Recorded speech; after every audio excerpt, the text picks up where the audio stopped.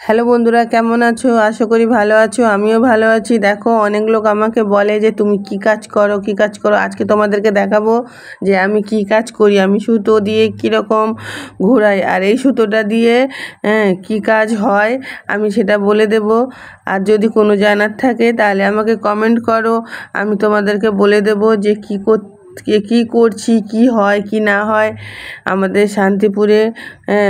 এই সুতোগুলো এই যে আমি চাপিয়ে দিলাম সুতোটা চরকির মধ্যে, এটার নাম হলো চরকা। চরকার মধ্যে এই ছোটোগুলো আছে চরকিগুলো সুতো চাপিয়ে দিলাম। এই যে দেখো ঘুরছে, আর এটা চলে মোটরে, ঠিক আছে? মোটরে চলতে থাকে।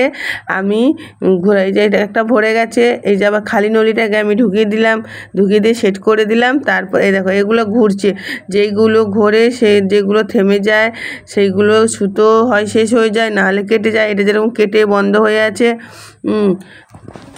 এই কাজ করি আমি। যদি ভালো লাগে ভিডিওটা তাহলে লাইক কমেন্ট করো, আর যদি কোনো কিছু জানার থাকে তাহলে তুমি কমেন্ট করো।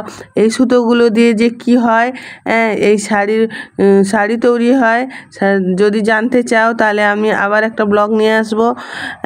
তাহলে এই লাটিমগুলো নিয়ে গিয়ে কি করে তাঁত বুনে শাড়ি তৈরি হয় সেটা আমি তোমাদের দেখাবো নেক্সট ভিডিওতে। এই দেখো ঘুরছে, দেখেছো? যদি ভিডিওটা ভালো লাগে লাইক কমেন্ট শেয়ার করো। Tata, bye bye.